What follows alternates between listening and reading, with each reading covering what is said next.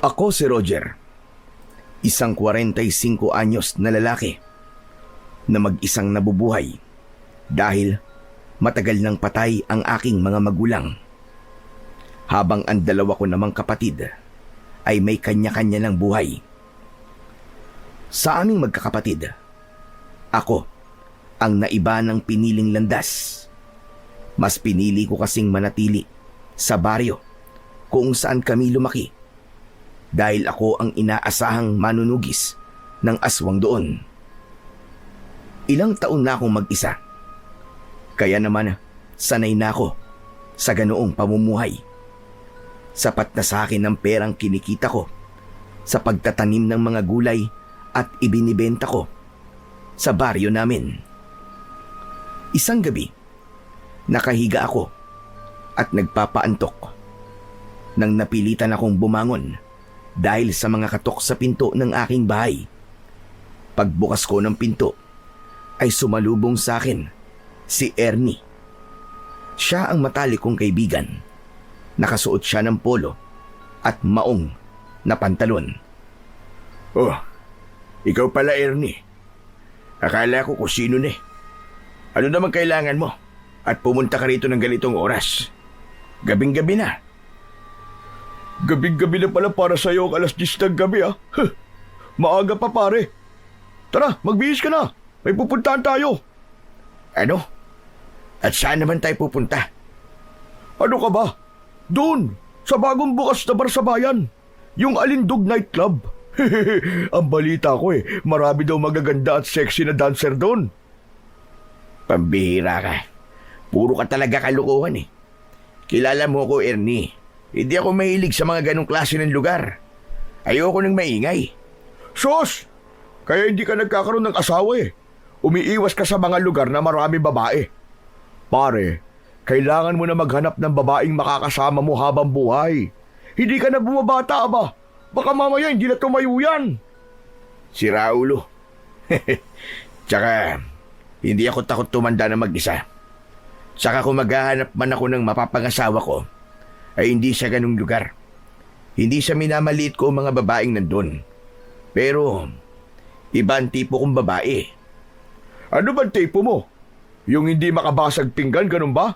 Yung para bang si Maria Clara? Roger, mas exciting kung ang kukunin mong babae ay yung mga parang aswang, yung wild at magaling manlapa. Ewan ko sa'yo. Saka kung makapag-aya ka parang wala kang asawa.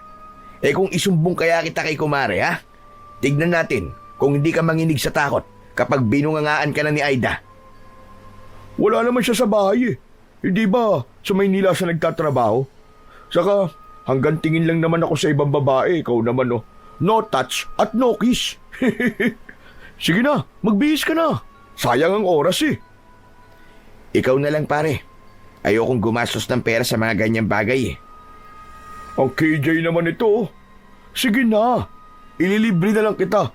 Tapos ipapapultang ko pa yung motor mo. Basta sumama ka lang sa akin. Kailangan ko kasi talaga ng kasama Kasi paniguradong lasing akong uuwi Saka kailangan mo rin maglibang at magsaya paminsan-minsan. Lalo na ngayon nagawa mo ng patayin yung manananggal na sumasalakay dito sa baryo natin. Rewardan mo naman ang sarili mo kahit papano. Ay nako, kulit naman ang taong ito.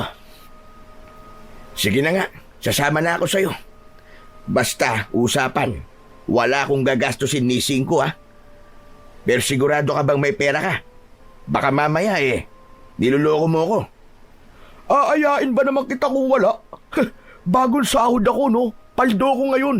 Saka nagpadala si Mrs. kahapon kaya may pera talaga ako. Tignan mo tong taong to. Pati pera ng Mrs. mo igagastusin mo sa kalokohan mo. Teka sandali, hintayin mo ako. Magbibihis lang ako. Bilisan mo at baka mamaya maubusan tayo ng table doon. Nagtungo ako sa aking kwarto. Hindi na ako naligo ng mga sandaling yon dahil naligo naman na ako kanina bago humiga. Nagpalit ako ng maayos na damit at nagsuot ako ng sombrero. Nang lumabas na ako ay sandali kong pinainit ang aking lumang motor at saka kami umalis ni Ernie. Gamit yon.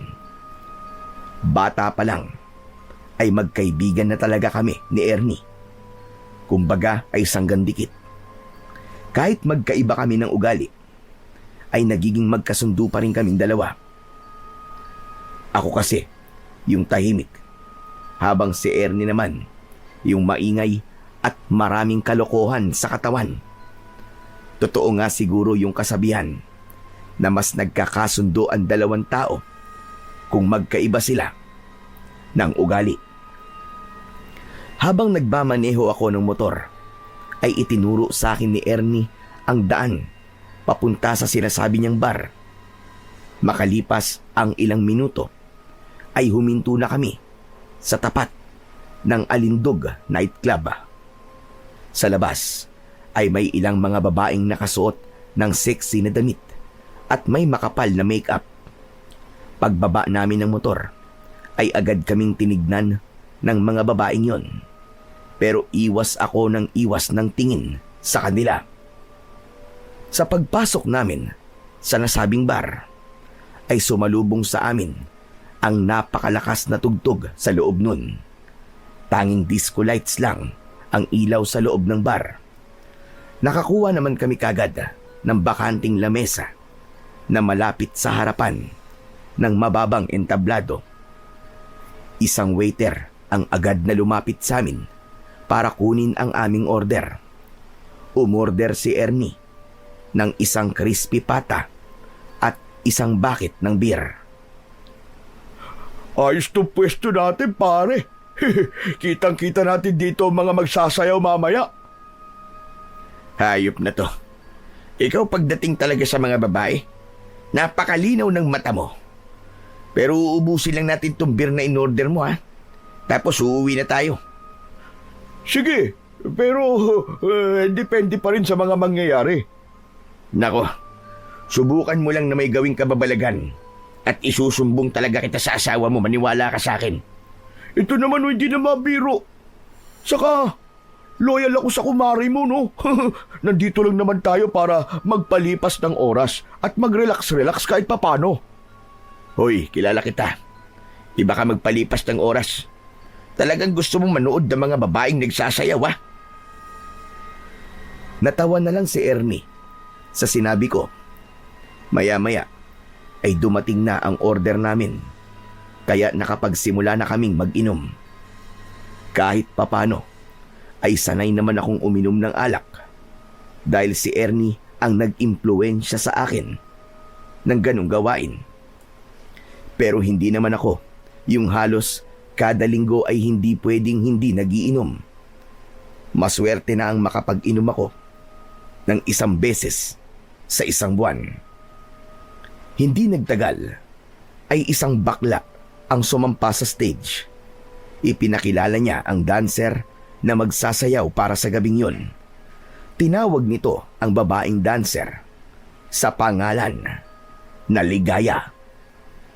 Nang magsimulang tumugtog ang mabagal pero tila ng aakit na tugtog, ay umakyat na sa stage ang isang babaeng nakasuot ng maikling palda at pang-itaas na halos lumuwa na ang kanyang dibdib.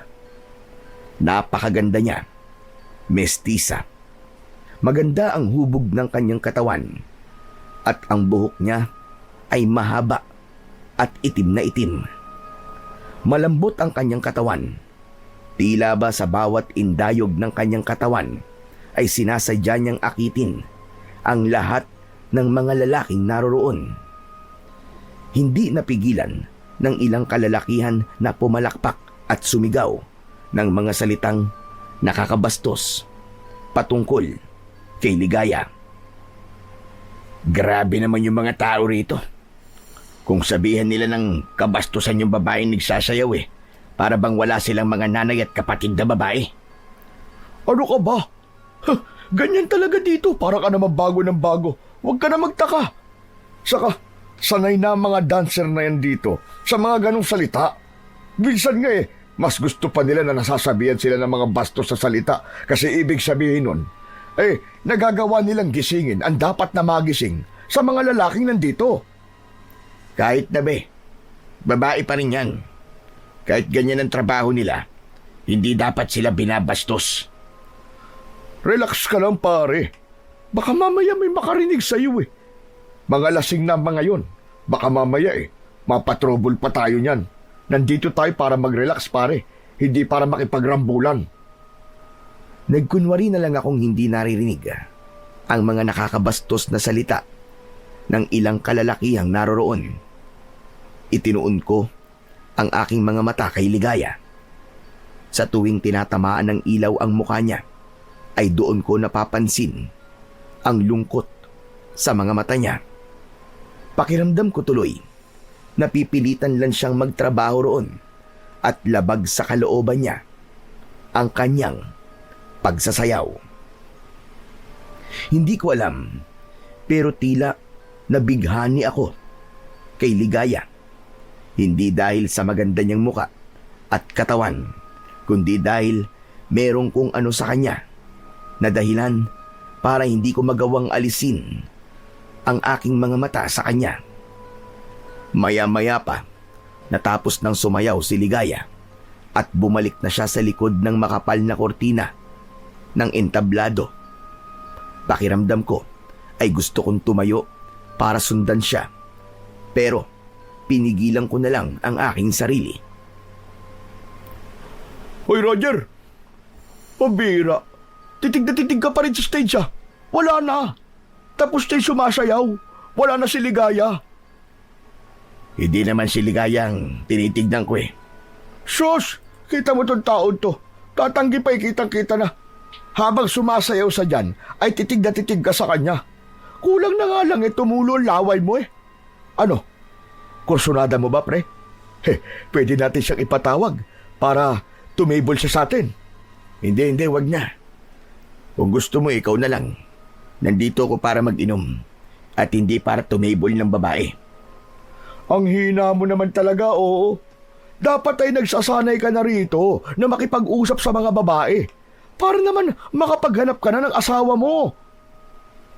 Magsasalita pa sana ako nang biglang tumayo si Ernie at kinawayan niya yung bakla na nagpakilala kanina kay Ligaya bago yun sumayaw. May ibinulong si Ernie sa bakla at tumango naman ang bakla. Nang muling umupo si Ernie, ay ngumisi siya sa akin na parabang nang iinis. Huwag mong sabihin na may ititable kang babae, pare. Meron. Si Ligaya, pare. Ewan ko sa'yo, Ernie. Kung makagastos ka ngayong gabi, para kang tumama sa loto ah. Minsan lang naman to eh. Kaya dapat sulitin na natin. O di ba? Makalipas ang ilang sandali, ay dumating na sa lamesa namin si Ligaya. Mas maganda siya sa malapitan at napakabango ng gamit niyang pabango. Pinaupo siya ni Ernie sa bakanting upuan na nasa gitna naming dalawa. Nagpakilala si Ernie kay Ligaya at sunod niya akong ipinakilala. Nang maghawak ang mga kamay namin ni Ligaya, ay sandali akong natulala nang magtama ang aming mga mata. Nahihiya akong napayuko. O pare, ikaw na muna ang bahala kay Ligaya ha. Magbabanyo lang ako. Hoy pare, huwag mo akong iwanan dito. Sasama ako sa'yo. Huwag na, dito ka na lang. Ligaya, ikaw na ang bahala dito sa kaibigan ko ha. Virgin pa yan. Mas lalo tuloy akong napahiya sa sinabing yun ni Ernie. Nang umalis na siya para magpunta sa banyo, ay hindi ko tinitignan si Ligaya. Panay lang ang lagok ko ng beer na nasa bote. Nang sinulyapan ko si Ligaya, ay nalaman ko na seryoso siyang nakatingin sa akin. Teka lang, hindi mo ba ako kakausapin? Sayang naman ang ibinayad niyo sa akin. Tumatakbo ang oras ko dito. Ano kasi? Si Ernie kasi ang nag-table sa'yo eh. Hindi naman ako. Ang sabi sa akin, ay ikaw daw ang nag-table sa akin. Roger ang pangalan mo, di ba? Ganun ba? Pambihira oh. Si Ernie talaga. Mukhang hindi ka sanay makipag-usap sa mga babae, no? Mukhang hindi pala joke ang sinabi ng kaibigan mo na virgin ka pa. Virgin ka pa nga siguro, no? Hindi no. Hindi din talaga ako sanay sa ganitong lugar. Napalunok ako nang umusog si Ligaya. Palapit sa akin. Bumilis ang tibok ng puso ko. Lalo na nang bahagya niyang inilapit ang mukha niya sa mukha ko. Tapos na ang oras nyo. Ano? Tapos na ang oras nyo. Lilipat na ako sa ibang table. Ganun ba? O sige. Tinapik-tapik ni Ligaya ang pisngi ko at saka siya matipid na ngumiti. Napatulala ako sa ginawa niyang yon. Tumayo na siya at wala na akong nagawa kundi ang sundan siya ng tingin hanggang sa pumuesto na siya sa table ng ibang customer. Napapitlag ako nang biglang umupo si Ernie sa upuan niya. Lumingali nga siya na para bang merong hinahanap. Oh! Nasa si Ligaya? Wala na. Lumipat na ng ibang table. Ang sabi niya tapos na raw ang oras niya na binayaran natin sa kanya. Pambira, ang bilis naman nun. Pero kumusta pare? Ano na pag-usapan nyo? Naka-first move ka ba? Bakit naman ako magpe-first move? Ano? Ang ibig mo sabihin wala kang ginawa? Ni hindi mo man lang nahalikan? Bakit ko naman siya halikan? Hindi ko naman siya nobya. Pare naman, kasama yun sa trabaho nila. Kaya nga, tinagalan ko sa banyo para magkaroon kayo ng oras na kayong dalawa lang. Pambira ka, oo. Halata namang may gusto ka sa kanya Kaya ako nga ginawa yun. Ako na nga nagparaya Hindi mo pa ginalingan. Ay, nakong lalaking ito. Hindi ako sumama sa iyo rito para makipagharutan sa mga babae. Ay, ambot sa iyo, Roger. May itsura ka naman. Hindi ka naman pangit. Pero ang torpe-torpe mo. Siguro nga kailangan ko nang tanggapin. Natatanda kang binata, pare. Hayaan mo. At kami na lang ng asawa ko ang mag-aalaga sa'yo kapag uugod-ugod ka na. Walang masama kung tatanda akong binata. Kung yun ang kapalaran ko, ay tatanggapin ko yun. Ipinakita ko kay Ernie na wala akong pakialam kay Ligaya. Pero kapag may pagkakataon, ay sinusulyapan ko si Ligaya na masayang nakikipagkwentuhan sa mga lalaking customer. Hanggang sa biglang tumingin si Ligaya sa akin at agad kong inalis ang tingin ko sa kanya. Kinabahan ako dahil baka isipin niya na interesado ako sa kanya kasi nakatitig ako sa kanya. Kahit ang totoo ay napukaw naman talaga ni Ligaya ang interes ko. Marami na akong nakilalang babae. May iba na hayagang nagpapakita ng pagkagusto sa akin. Pero hindi ko pinapansin. Pero ibang-iba si Ligaya. Siya lang ang tanging babae na nagawang pabilisin ang tibok ng puso ko. Halos alauna na ng madaling araw nang magdesisyon kaming umuwi ni Ernie. 3 bote ng beer lamang ang ininom ko kasi hindi ako pwedeng magpakalasing ng gusto dahil nagmamaneho pa ako. Habang si Ernie naman ay lasing na lasing dahil nang maubos namin ang 1 bucket ng beer ay umorder pa siya ng 2 pang bucket at siya lang ang mag-isang umubos ng mga yon. Binagalang ko na lang ang pagpapatakbo ng motor para masiguro ko ang kaligtasan namin ni Ernie. Sa awa naman ng Diyos ay ligtas ko namang naihatid si Ernie sa bahay niya. Nang nakauwi na ako sa bahay ko, ay hinubad ko kagad ang damit ko at humiga na ako sa papag. Ang akala ko ay mabilis akong makakatulog dahil nakainom ako. Pero nagkamali ako. Sa tuwing ipipikit ko kasi ang aking mga mata, ay rumirehistro sa imahinasyon ko si Ligaya. Lalo na ang mapang-akit niyang mga ngiti at ang nangungusap niyang mga mata.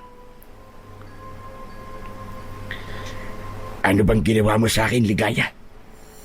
Bakit hindi ka maalis-alis sa isip ko? Pinilit kong pumikit at matulog. Ginawa ko ang lahat para makatulog. Nagawa ko namang makatulog pero ang huling nasa isip ko ay walang iba kundi si Ligaya. Pagsapit ng umaga ay maaga pa rin akong nagising kahit na madaling araw na akong nakatulog. Nagkape muna ako at saka ko inasikaso ang taniman ko ng mga gulay. Nagdilig ako at siniguro ko na walang mga peste sa mga gulay na tanim ko. Habang ginagawa ko yon, ay dumating ang isang matandang lalaki. Siya ang kapitan sa aming baryo. Ang pangalan niya ay Kapitan Isko. Hindi lang siya ang namumuno sa aming baryo, kundi isa rin siyang albularyo na may malawak na kaalaman sa panggagamot. Napansin ko ang isang sako na dala niya, kaya inihinto ko muna ang aking ginagawa para tulungan siya sa kanyang dala. Ngunit nang tutulungan ko na siya, ay bigla niyang ibinaba ang sako. Ay, nako! Napakabigat naman ito!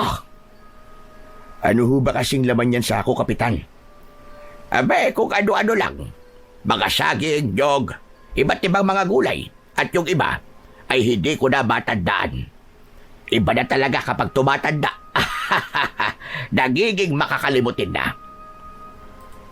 Kapitan, mukhang magtitinda na naman kayo pagbebentahan niyo ba ako? Hindi pambenta ang mga yan. Para sa'yo ang lahat ng nasa loob ng sako na yan. Nag-ambag-ambag kasi kami ng mga tao rito, Roger, para maibigay sa'yo ang mga yan. Ano? Abay, para saan naman ho? Aba, talagang nagtatanong ka pa? Eh di para sa pagkakapatay buron sa manananggal na ilang buwan din na merwisyo dito sa atin. Yan ang paraan ng mga tao para makabawi sa kabayanihan na ginawa mo. Naku, nakakatuwa naman ho. Pakisabi po sa kanila na marami pong salamat. Pero hindi na nila kailangan gawin yan. Hindi po ako humihingi ng kahit na anong kapalit sa ginagawa ko pong pakikipaglaban sa mga aswang.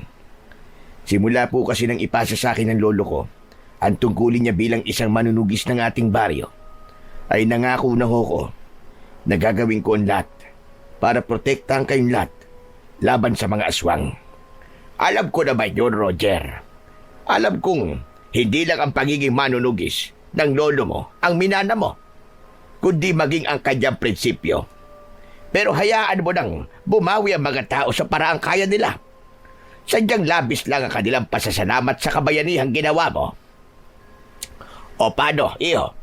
Ikaw na ang bahala sa mga ito, ha? Ako'y aalis na at magpupulong pa kami ng mga tanod natin. Magkakaroon kasi kami ng malawakang paglilinis dito sa baryo natin sa darating na Sabado. Ganun ho ba? Pwede po ba akong sumali, Kapitan? Aayain ko na rin ho si Ernie. Pwede naman. Mas marami tayo, mas maganda. Pero si Ernie talaga, ubod ng tamad ng lalaking yon pagdating sa mga gawain dito sa baryo natin. Hayaan niyo po. At ako na po ang kakausap sa kanya mamaya. O sige, sige. Ikaw na ang bahala, Roger. O siya, aalis na ako. At maraming salamat ulit sa pagkakapatay mo sa manananggal. Walang anuman po, Kapitan. Maraming salamat din po. Mag-iingat po kayo. Nakangiting tumango si Kapitan Isko bago siya tuluyang umalis. Saka ko lang itinuloy ang aking ginagawa. Mas naging magana ako sa aking ginagawa dahil naramdaman ko na nakikita ng mga tao ang ginagawa ko bilang isang manunugis. Napakalaking bagay na para sa akin ang paraan ng kanilang pagpapasalamat dahil hindi ko na po problemahin ang pagkain ko ng ilang araw. Sa araw din na yon ay pinuntahan ko si Ernie sa bahay niya upang sabihan na kailangan naming tumulong sa paglilinis sa aming baryo sa darating na Sabado. Gaya nga ng aking inasahan, ay tumanggi siya at aniya. May mga tanod naman daw na gagawa nun, kaya hindi na namin kailangan tumulong pa. Pero pinilit ko siya hanggang sa wala na siyang nagawa, kundi ang pumayag. Oo nga pala pare. Kumusta ang experience mo kagabi pagpunta natin sa bara? Ang saya, di ba? Anong masaya ron? Pag-uwi ko sakit ng tenga ko dahil sa lakas ng tugtog dun sa bar. Pabira tong tao to. Gano'n naman talaga sa bar eh. Maingay. Pero masaya. Ang dami pang magagandang chika babes.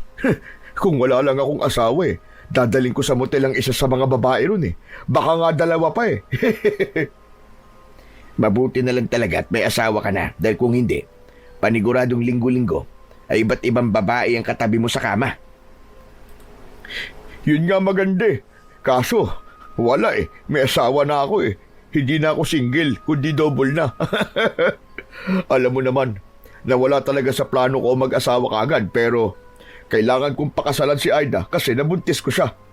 Sa kasamaang palad, namatay ang anak namin kasi inaswang. Tapos hanggang ngayon, hindi pa kami nakakabuo. Naramdaman ko ang biglang pagkalungkot ni Ernie nang sabihin niya yon. Alam ko kasi kung gaano kasakit para sa kanya ang nangyaring yon sa anak nila ng kanyang asawa. Ngunit agad na ngumiti si Ernie na para bang naramdaman niya na nalungkot din ako sa sinabi niyang yon. Pero pare, salamat kasi pinatay mo yung aswang na dahilan ng pagkamatay ng anak namin ni Aida. Nang dahil doon, nakaganti rin kami kahit papano. Ay maiba ako pare. Plano kong bumalik sa bar na yun sa susunod na linggo eh. Sasama ka ba ulit sa akin? Hindi na pare. Ikaw na lang yung pumunta ron. Ha? Abay bakit naman? Hindi ka ba talaga nag-enjoy doon? Hindi mo ba namimiss si Ligaya? Si Ligaya? Bakit ko naman siya mamimiss? Sus! Kunwari ka pang wala lang sa'yo si Ligaya. Pero kagabi, ang lagkit ng pagkakatitig mo sa kanya. Saka nung nagpalipat-lipat na siya ng table, ay panay ang tingin mo sa kanya na para bang nagsiselos ka. Kasi iba't ibang lalaki ang kausap niya. Hoy, hindi ako nagsiselos no. Saka bakit naman ako magsiselos? Hindi ko naman siya nobya. Kaya nga, ligawan mo na siya pare. Malay mo, may gusto rin siya sa'yo, di ba? Isipin mo pare eto. Kung si Ligaya mapapangasawa mo, sigurado ako na magiging maganda at gwapo ang mga anak nyo. Mestiza at maganda si Ligaya. Ikaw naman, masasabi ko naman na hindi ka naman pangit. Malakas nga ang dating mo sa mga babae, di ba?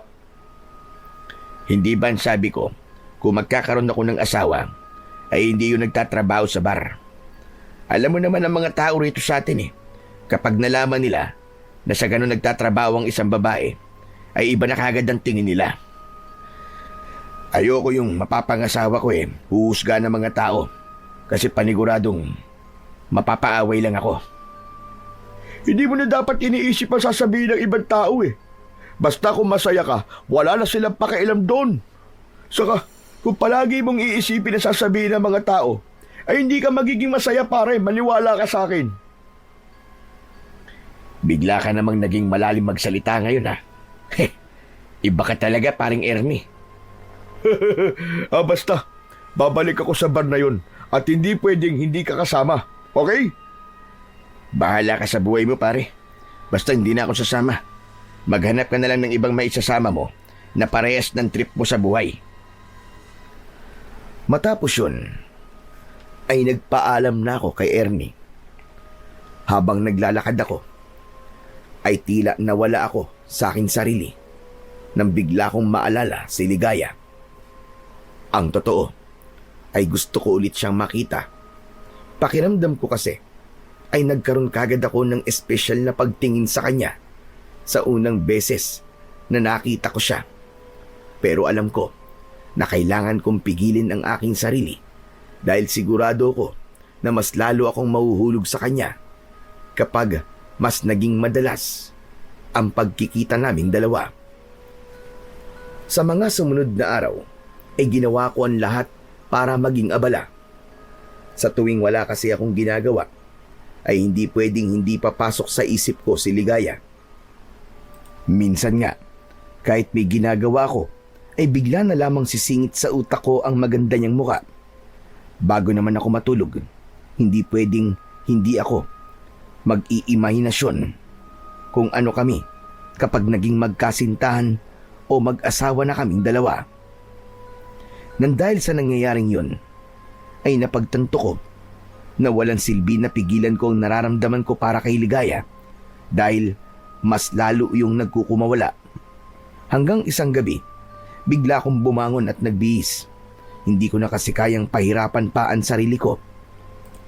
Alam ko na ang makakapagpatahimik lang sa akin ay ang makita ko at makausap si Ligaya. Gamit ang aking motor ay mag-isa akong nagtungo sa bar kung saan siya nagtatrabaho. Hindi ko na isinama si Ernie dahil ayokong alaskayin niya ako kasi kinain ko ang aking sinabi na hindi na ako babalik sa bar na yon. Pagdating ko sa bar ay pumuesto ko malapit sa entablado. Hindi nagtagal ay sumayaw na si Ligaya sa harapan ng lahat. Nang makita niya ako ay tila nang aakit niya akong tinignan. Naubos ko tuloy kagad ang isang bote ng beer dahil sa pagbaha ng tensyon sa aking katawan. Nang natapos ng magsayaw si Ligaya, ay agad kong kinausap yung bakla na kinausap nun ni Ernie at sinabi ko sa kanya na gusto kong itable si Ligaya. Hindi nagtagal ay dumating na si Ligaya. Mapanukso siyang ngumiti sa akin. Sabi ko na nga be, babalik ka dito, Roger. Bakit? Sanay ka na bang binabalikan ka ng mga lalaki rito? Hindi naman. Naramdaman ko lang na babalik ka. At hindi nga ako nagkamali. Kumusta ka na pala, Ligaya? Ayos lang naman ako. Ikaw ba? Kumusta? Ayos lang din. Isang mahabang katahimikan ang namagitan sa amin ni Ligaya. Alam ko na kailangan ko siyang kausapin dahil baka isipin niya na boring akong katable pero wala na akong maisip na itatanong sa kanya. Inabot na naman ako ng pagiging mahiyain at torpe ko. Halos hindi rin ako makatingin kay Ligaya. Hanggang sa napansin ko ang mga pasa ni Ligaya sa kanyang magkabila ang braso. Napansin niya na nakatingin ako roon kaya tinakpan niya ang mga pasa niya gamit ang kanyang mga kamay. Ligaya, ano nangyari sa'yo? Bakit ang dami mong pasa sa braso? Ha? Wala ito, Roger. Naglilinis kasi ako nung nakaraang araw sa apartment ko. Tapos, naaksidente ako. Sigurado ka ba? Parang hindi kasi ang pasa na nakuha sa isang aksidente. Ano bang alam mo sa mga pasa? Doktor ka ba? Hindi naman. Mag-isa ka lang ba sa apartment mo? Oo. Dapat pala may kasama kang lalaki para merong gagawa ng mabibigat na gawain para sa'yo. Sa payat kasi ng katawan mo, paniguradong hirap ka sa ibang gawain. Tignan mo nangyari sa'yo. Naaksidente ka pa tuloy. Hindi naman. Saka, hindi naman talaga naiiwasan ng aksidente. Kaya nga tinawag na aksidente, di ba? Isa pa, hindi ko kailangan ng lalaki sa buhay ko. Ibig sabihin wala ka pang nobyo? Wala, Roger. Sa tingin mo ba, ay may lalaking papatol ng seryoso sa akin nang dahil sa trabaho ko? Pare-parehas naman kayong mga lalaki. Lahat kayo, puro makamundong bagay lang ang nasa utak. Hindi naman lahat ng lalaki kagaya ng iniisip mo. Marami pa rin ng matino at tatanggapin kung ano ang trabaho mo. Sige nga, magbigay ka nga sa akin ng halimbawa ng isang lalaking matino. Kita mo na, wala kang masabi, di ba? Huwag mong sabihin sa akin na isa ka sa matitinong lalaki na sinasabi mo. Mukha ka namang mabait at mahiyain, pero sa tingin ko, ay nasa loob ang kulo mo. Ang bilis mo naman akong husgahan. Yun ang tingin ko sa iyo eh. Karamihan sa mga lalaking nakilala ko ay sa una lang mabait. Pero kapag tumagal na, lumalabas na ang totoong kulay. pinapakita ng pagkademonyo. O paano? Tapos na pala ang oras mo. Pwede ka magdagdag ng bayad kung gusto mo pa ako makausap. Hindi na. Maraming salamat, Ligaya. Matipid na ngumiti si Ligaya. Nagulat ako nang bigla niyang hinalikan ang aking pisngi. Natulala ako at hindi ako makapaniwala na dumapat ang labi niya sa balat ko. Tumayo na siya at lumipat sa ibang table. Hindi ko na siya tinignan dahil magsiselos lang ako kapag nakita ko siyang may ibang kausap na lalaki. Kahit pa parte yun ng trabaho niya, itinuon ko na lang ang aking atensyon sa pag-inom ng alak na nasa aking harapan. Hindi ko akalain na mas magtatagal ako sa bar na yon kahit mag-isa lang ako. 2:00 na ng madaling araw nang magdesisyon akong umalis. Paglabas ko ng bar ay naglakad ako papunta sa likod dahil dun nakapark ang aking motor. Papaliko na ako sa likod ng bar nang isang pamilyar na boses ng babae ang narinig ko. Sumilip ako at nakita ko si Ligaya na hawak sa braso ng isang matangkad na lalaki. May itim na van sa tabi nila at nakabukas ang pinto sa gilid ng van.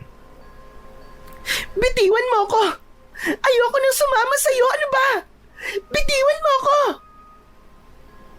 Pabulong na nagsalita ang lalaki, kaya hindi ko na siya narinig. Nakita ko ang galit sa mukha ni Ligaya. Inakala ko na nasa panganib siya. Lalapit sana ako para tulungan si Ligaya, pero hindi nagtagal ay kusa na siyang sumakay sa van. Mabilis na umalis ang van at wala na akong nagawa kundi ang sundan yun ng tingin. Sino kaya ang lalaking yun? Nobyo kaya siya ni Ligaya? Pero sabi niya wala siyang nobyo. Baka naman customer niya. Hindi naman siguro siya kusang sasama dun kung nasa panganib siya. Ipinagkibit balikat ko na lang ang nakita ko at inisip ko na wala akong dapat na ipag-alala. Sumakay na ako sa motor at pinaandar ko na yon para makauwi na ako sa bahay ko. Pagsapit ng umaga ay nagising ako sa malalakas na katok sa pinto ng aking bahay. Pupungas-pungas akong bumangon at napatingin ako sa orasan na nakasabit sa dingding. Nagulat ako dahil 10:00 na ng umaga. Mabilis akong bumangon at binuksan ko ang pinto. Nakita ko ang kumpare kong si Ernie na may dalang walis tingting at daspan. O Ernie, ikaw pala. Ano kailangan mo? Nakalimutan mo na ba? Sabado ngayon, pare. Hindi ba maglilinis tayo sa buong baryo? Ikaw ang nagkaya sa akin tapos ikaw pa tong nakalimot. Pabihira tong taon to. Oh. Naku, oo nga pala. Sabado nga pala ngayon. Nakalimutan mo nga. Saka, mukhang bagong gising ka pa lang ah. Nagpuwet ka siguro kagabi no? Huwag ka ng maraming tanong. Magpapalit lang ako ng damit. Mamaya na ako maliligo. Nagmamadali akong bumalik sa aking kwarto para magpalit ng damit. Kinuha ko ang walis tingting at saka ko lumabas. Habang naglalakad kami ni Ernie, ay napansin ko na nakatitig siya sa mukha ko. Grabe ka naman makatitig sa akin, pare. Baka nagkakagusto ka na sa akin, ha? Hindi tayo talo. Sira ulo. Imposibleng taluin kita kasi babae ang gusto ko, no? Ikaw umamin ka nga sa akin, pare. Nagpuwet ka ba kagabi? Kaya tanghali ka na nagising ngayon? Oo, pare. Hindi kasi ako makatulog eh. Ewan ko ba kung bakit. Hindi ka makatulog o lumabas ka at may pinuntahan ka? Sige nga. At saan naman ako pupunta? Sa bar. Sa Alindog Nightclub. Nakakatawa ka. Ano naman gagawin ko ron? Saka hindi ba sabi ko, ay hindi na ako babalik sa lugar na yun. Wala akong magandang dahilan para bumalik pa roon. Sigurado ka ba? Kaya mo ba sabihin na hindi ka nagsisinungaling, ha? At bakit naman ako magsisinungaling? Saka, kung makapagtanong ka naman para kitang nobya na naghihinala sa akin, ha? paano may papaliwanag yung lipstick na nasa kaliwang pisngi mo? Sige nga. Nanlamig ako sa sinabing yun ni Ernie. Pinunasan ko ang aking pisngi gamit ang palad ko. Pagtingin ko sa aking palad ay meron doong kulay pulang marka na halatangang mula sa lipstick. Doon ko naalala ang ginawang paghalik ni Ligaya sa akin nung nasa bar ako. Ay, wala to. Huwag mong pansinin to. Anong wala? Lipstick nga yan eh. Sino ba kasi naglalagay ng lipstick ha? Hindi ba mga babae? Saka bakit ka nagkaroon ng lipstick dyan sa pisngi mo? Ibig sabihin, merong babaeng humalik sa'yo. Saan ba may mga babaeng pwedeng humalik sa'yo? Di sa Alindog Nightclub. Pwede bang huwag kang maingay at malapit na tayo kay na Kapitan? Nakakahiya kapag narinig ka nila. Ano namang nakakahiya dun? Lalaki ka naman, kaya normal lang na magpunta ka sa ganun lugar. Umaming ka na kasi. Nagpunta ka sa bar kagabi, no? Oo na, nagpunta na ako. Kaya pwede bang itiko mo yung bibig mo? Sus! Pasabi-sabi ka pang ayaw mong pumunta ron tapos pupunta ka pala ron ng ikaw lang mag-isa. Sinong humalik sa pisngi mo, pare? Magkwento ka naman sa akin, no? Wala. Bakit mo naman kausap, pare? Inamin mo na nga nagpunta ka sa bar kagabi, kaya dapat ikwento mo na sa akin ang lahat. Huwag ka nang pabitin. Sino nga? Alam ko na. Si Ligaya ba? Ay, nako, kulit. Oo, pare. Si Ligaya. Anak ng, ang lakas mo pala, pare, grabe. Biruin mo, hinalikan ka niya sa pisngi. Pero, sa pisngi lang ba? Nagtaka ko nang biglang itinaas ni Ernie ang damit ko at tinignan niya ang katawan ko. Nainis ako sa ginawa niya, kaya bahagya ko siyang itinulak. Hoy, ano ba? Ano ba ginagawa mo? Chinecheck ko lang kung meron kang kiss mark. Baka kasi hindi lang halik sa pisngi ang ginawa sa'yo ng babaeng yun eh. Baka mamaya nag-check-in din kayo eh. Hoy, walang ganun ano? Nagpunta lang ako ron kasi gusto ko ng kausap. Sus! Tama na ang palusot mo, pare. Alam ko naman, kaya ka pumunta ron ay dahil namimiss mo si Ligaya. Pero pare, wala kang dapat na ikahiya sa akin kung pumunta ka man sa bar para lang makita si Ligaya. Binata ka at walang sabit. Ang saya ko nga kasi sa wakas ay nagkaroon ka na ng interes sa isang babae. Sa totoo lang, pare, alam mo, hindi ko rin maintindihan ang sarili ko eh. Simula kasi nang nakilala ko si Ligaya, ay hindi na siya maalis-alis sa isip ko. Hanggang sa kagabi, ay nagdesisyon na akong bumalik doon sa bar para lang makita at makausap siya. Ano naramdaman mo, pare, nung nakausap mo na siya? Siyempre, masaya. Kaya lang, hindi ko nasabi yung mga gusto kong sabihin sa kanya. Kasi, naunahan ako ng hiya eh. Ano ba kasi gusto mo sabihin sa kanya? Gaya ng may gusto ko sa kanya. Ayan na nga, ayan na nga. Ay, Diyos ko! Nai-inlove na nga, kumpare ko. Salamat sa Panginoon dahil dumating na ang babaeng magpapaibig sa'yo. Normal lang yan na mahiya ka. Pero kailangan mong labanan yan, pare. Tandaan mo, napakagandang babae ni Ligaya, pare. At hindi imposible na ikaw lang ang lalaking nagkakagusto sa kanya. Kaya dapat ay magpakitang gilas ka sa kanya. Hayaan mo, pare. Sa susunod na linggo ay pupunta tayo ron. Kailangan kasama mo ako, ha? Para naman matulungan kita. Bibigyan kita ng mga diskarting malupit. Sa kabila ng mga sinabing yun ni Ernie, ay hindi pa rin nadagdagan ang lakas ng loob ko na ipaalam kay Ligaya ang nararamdaman ko para sa kanya. Alam ko kasi na walang tiwala si Ligaya sa mga lalaki at may posibilidad din na nobyo niya yung lalaki na nakita kong kasama niya sa likod ng bar. Pwede naman kasi na sinasabi niya lang na wala siyang boyfriend dahil baka mawalan sa kanya ng gana ang mga customer niya sa bar kapag nalamang meron na pala siyang nobyo. Hindi nagtagal ay nakarating na kami ni Ernie sa plaza kung saan naroon sina Kapitan Isko at ang mga tanod. Matapos sabihin ni Kapitan Isko ang mga dapat naming gawin, ay nagsimula na kami maglinis sa aming baryo. Pero kahit abala ko sa aking ginagawa, ay hindi pa rin nawala sa isipan ko si Ligaya. Kung pwede ko nga lang siyang makita ng oras na yon, ay ginawa ko na. Matapos namin maglinis sa aming baryo, ay nagpamerienda ng tinapay at soft drinks sa amin si Kapitan Isko.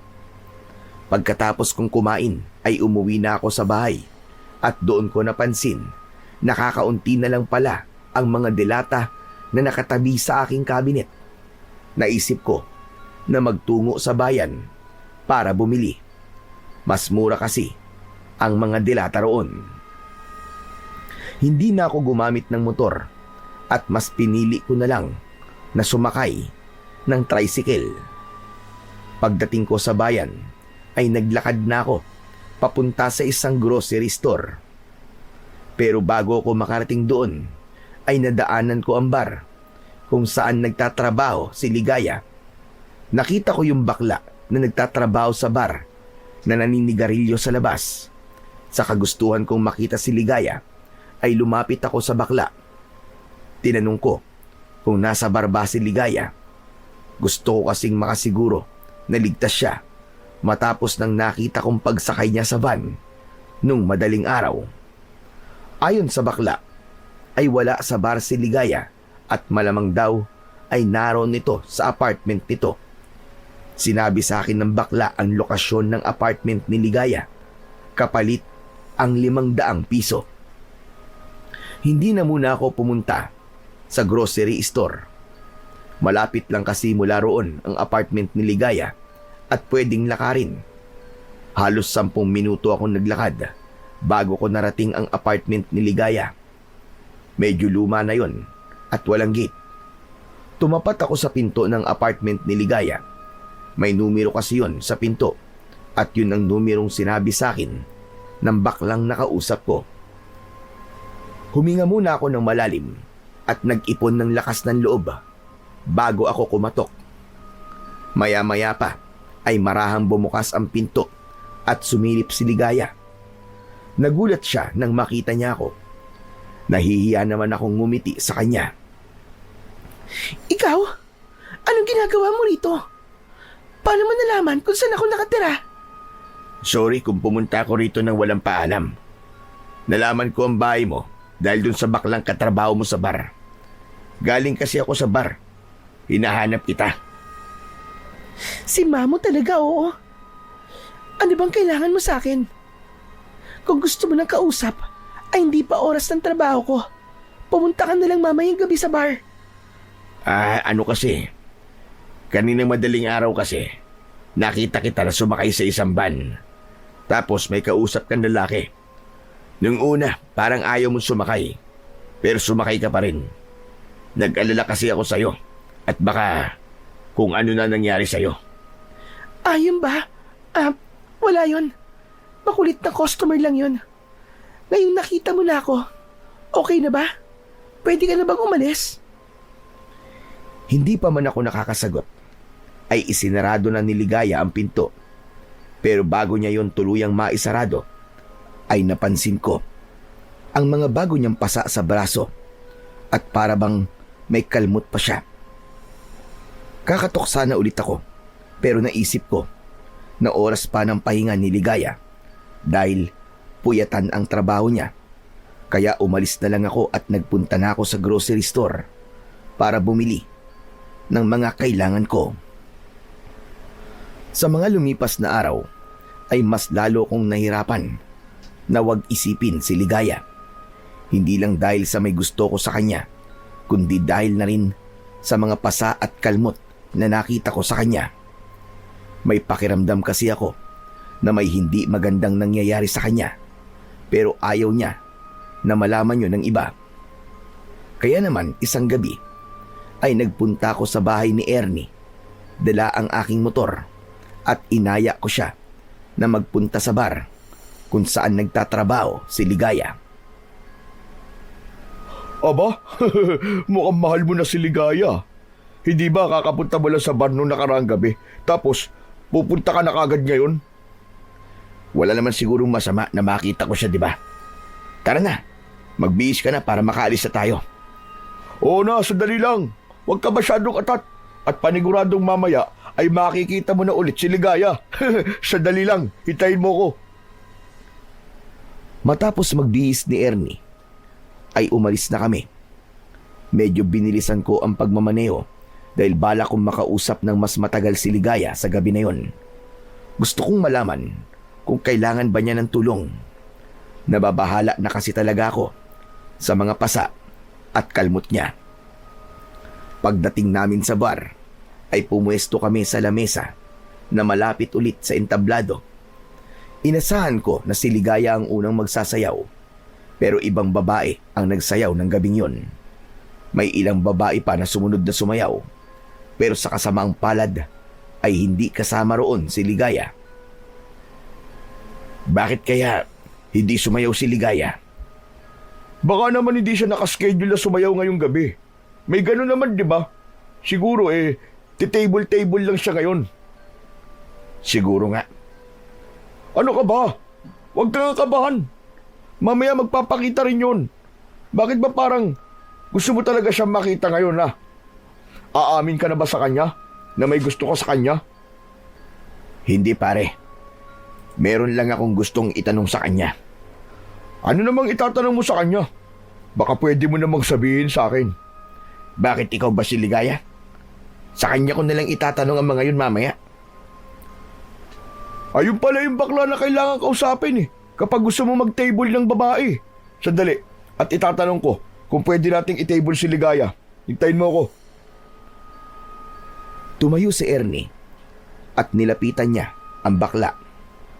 Medyo matagal silang nag-usap bago bumalik si Ernie sa upuan niya. O ano pare? Anong sabi? Nasaan daw si Ligaya? Hindi raw pumasok ngayong gabi. Kahit nga raw kahapon ay hindi rin pumasok. Hindi kaya may sakit si Ligaya? Ang sabi sa akin ay hindi raw nagsabi si Ligaya kung bakit hindi siya papasok. Pinuntahan daw nila sa apartment si Ligaya, pero wala raw tao ron. Kaya imposible ang sinasabi mo na may sakit siya. Pwede pa na meron siyang pinuntahan, tapos hindi nagpaalam. Natahimik ako sa sinabing yun ni Ernie. Mas lalo tuloy akong kinabahan para kay Ligaya. Pakiramdam ko ay nawala ako sa sarili ko nang dahil sa pag-iisip. Oh, ano nangyari? Bakit parang ang lalim yata ng iniisip mo, pare? Nag-aalala ka ba kay Ligaya? Huwag mong masyadong isipin yun. Panigurado na may pinuntahan lang yun at isang gabi ay makikita mo ulit siya rito. Sa totoo lang pare, kinakabahan talaga ako. Alam mo kasi, nung huling punta ko rito ay napansin ko na may mga pasa siya sa braso. Tapos bago ako umuwi, ay nakita ko na may kausap siyang isang lalaki tapos parang pinipilit si Ligaya ng lalaki na sumama at isakay sa van. Pero ang ipinagtataka ko, matapos na may sabihin yung lalaki, ay kusa nang sumama sa kanya si Ligaya. Hindi kaya boyfriend niya yung lalaking nakita mo? Huwag naman sana kasi kung boyfriend niya yun, ibig sabihin, wala ka na palang pag-asa kay Ligaya. Nganga ka na. Ay hindi, meron pa pala. Malay natin, ayos lang kay Ligaya ang magkaroon ng dalawang boyfriend, di ba? Pambihira itong taon to. Puro ka namang kalokohan eh. Seryoso ako paring Ernie. Nag-aalala talaga ako para kay Ligaya. Baka kasi kung ano na nangyayari sa kanya na hindi maganda tapos natatakot lang siyang sabihin sa iba. Ay nako, in love na in love ka na nga pare. Congrats! Pero wag mo munang isipin si Ligaya. Sulitin na lang natin ang pagpunta natin dito. Mag-inom na lang tayo ng mag-inom. Magpakalasing tayo. Wala na akong nagawa kundi ang uminom ng beer. Yun na lang kasi ang pwede kong gawin kaysa isipin ko kung nasaan si Ligaya tapos wala rin naman akong makukuwang kasagutan. Nang sumunod na araw ay nagpunta ako sa apartment ni Ligaya. Umasa ako na naroon na siya pero nabigo ako Dahil nang kumatok ako sa apartment niya, ay walang nagbukas ng pinto hanggang sa lumabas ang kapitbahay ni Ligaya at sinabi na ilang araw nang hindi umuuwi roon si Ligaya. Kinagabihan ay bumalik ako sa bar pero hindi pa rin pumapasok si Ligaya. Kinabukasan, inabala ko ang sarili ko sa mga pananim ko. Doon ko itinuon ang aking atensyon at oras para hindi ko masyadong iniisip si Ligaya. Hanggang sa humahangos na dumating si Ernie. Kinabahan ako kasi baka sa mukha niya ang pagkabahala. Pare! May natagpuan daw na patay na babae sa kabilang baryo. Nasa Talahiban daw. Ano? Sino daw yung babae na yun? Hindi nga raw nila kilala eh. Mukhang hindi raw taga ron eh. Pare, hindi ba matagal nang nawawala si Ligaya? Ayoko mag-isip ng hindi maganda pare ah.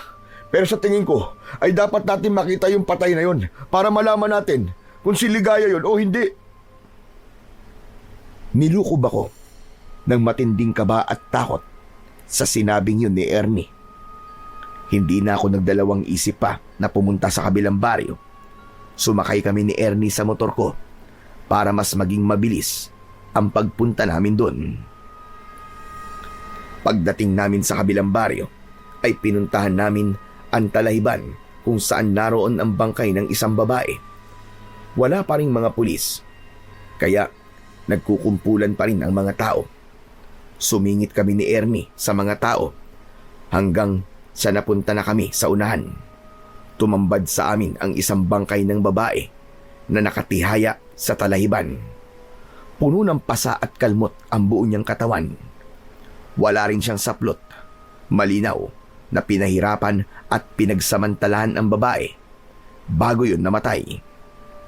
Hindi na kami nagtagal doon ni Ernie dahil hindi na namin kinaya ang aming nakikita. May mangilan-ngilan na akong nakitang bangkay dahil sa mga naging biktima ng aswang sa aming baryo. Pero kakaiba ang kabrutalan sa pagpatay sa babaeng yun.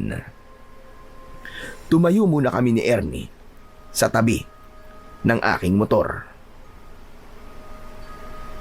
Mabuti na lang at hindi si Ligaya yung babaeng yun pare. Kaya nga eh.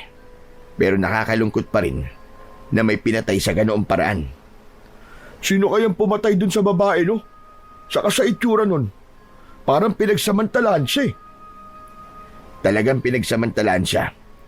Pero malinaw na aswang ang pumatay sa kanya base sa mga kalmot niya sa katawan. Aswang?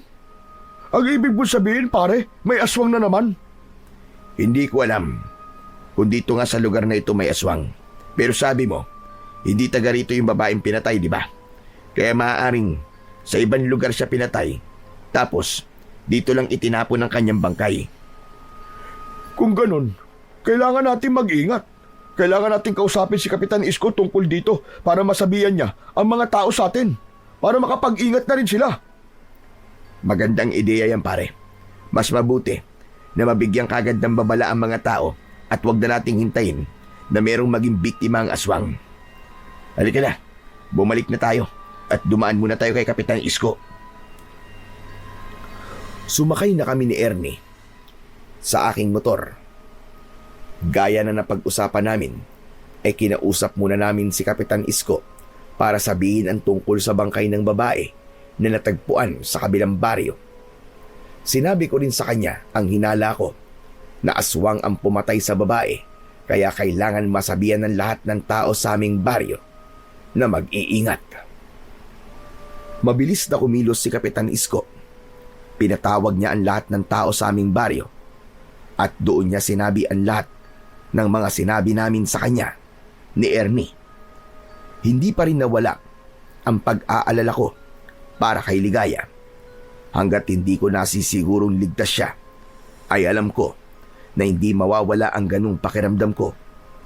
Kaya dumaan muna ako sa maliit naming simbahan at nagdasal ako na sana ay nasa maayos na lagay si Ligaya at sana ay magkita na kaming muli. Isang gabi, nagtungo kami ni Ernie sa bar kung saan nagtatrabaho si Ligaya Hinintay namin siyang sumampa sa entablado para magsayaw. Pakiramdam ko ay nabunutan ako ng tinik nang makita naming sumayaw si Ligaya sa aming harapan. Yun nga lang, kapansin-pansin na mas balot siya ngayon kaysa sa mga dati niyang suot sa tuwing nagsasayaw siya.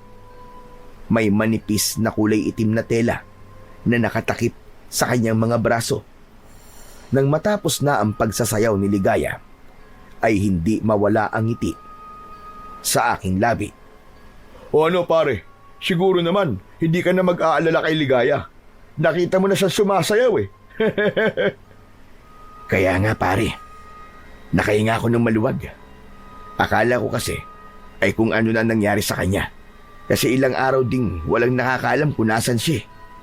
Ang mabuti pa, kausapin mo na yung baklang nagtatrabaho rito para matable na natin si Ligaya. Sigurado ko na gusto mo na siyang makausap kasi miss mo na siya. Loko ka talaga. Pero sige, ikaw na nga yung kumausap doon sa bakla. Tumayo na si Ernie at nilapitan niya ang bakla na kailangang kausapin kapag may gustong mag-table ng babae.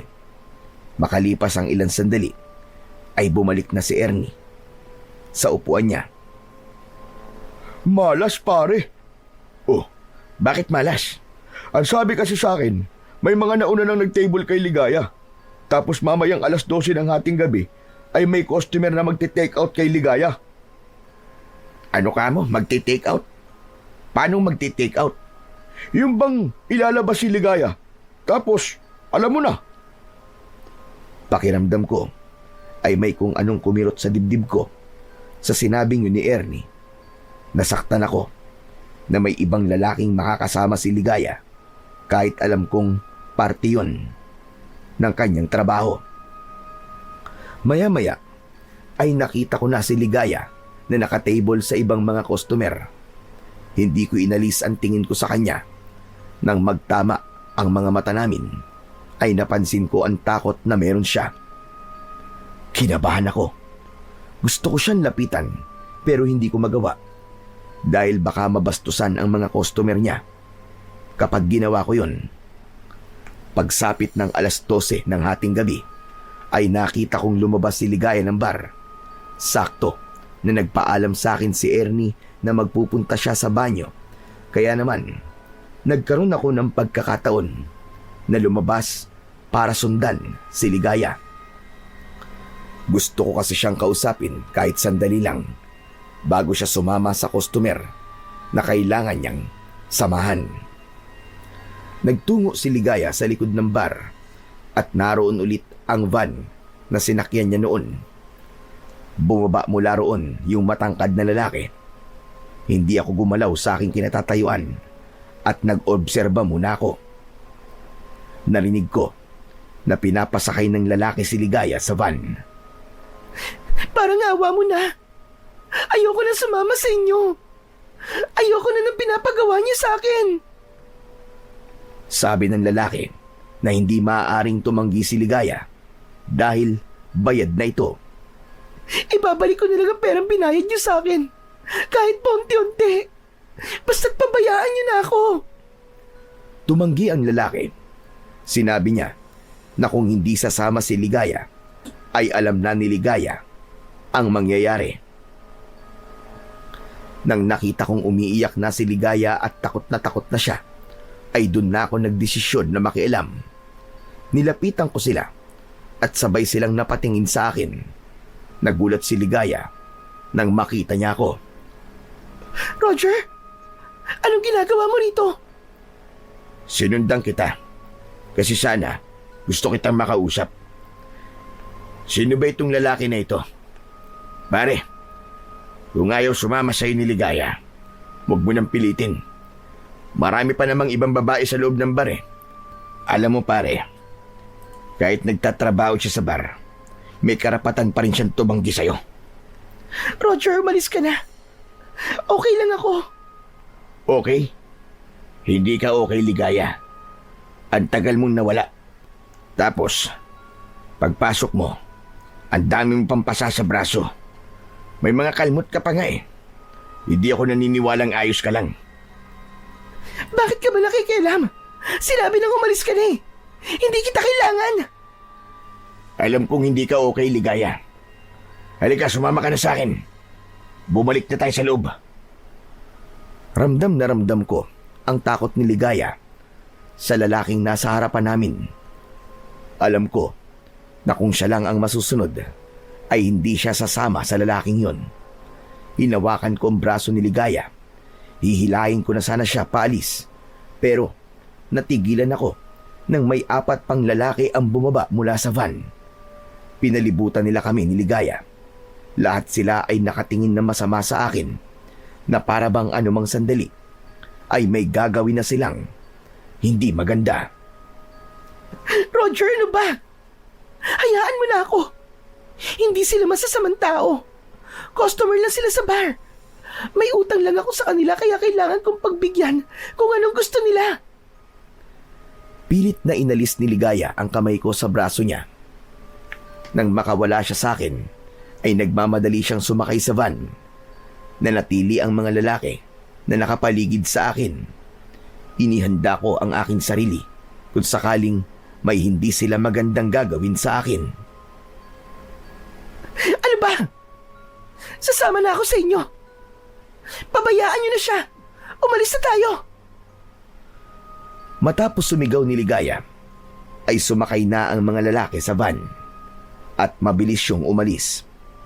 Gusto ko sanang sundan kung saan nila dadalhin si Ligaya, pero naisip ko na kailangan kong pagplanuhan ang aking susunod na hakbang para malaman kung ano ba talaga ang nangyayari kay Ligaya.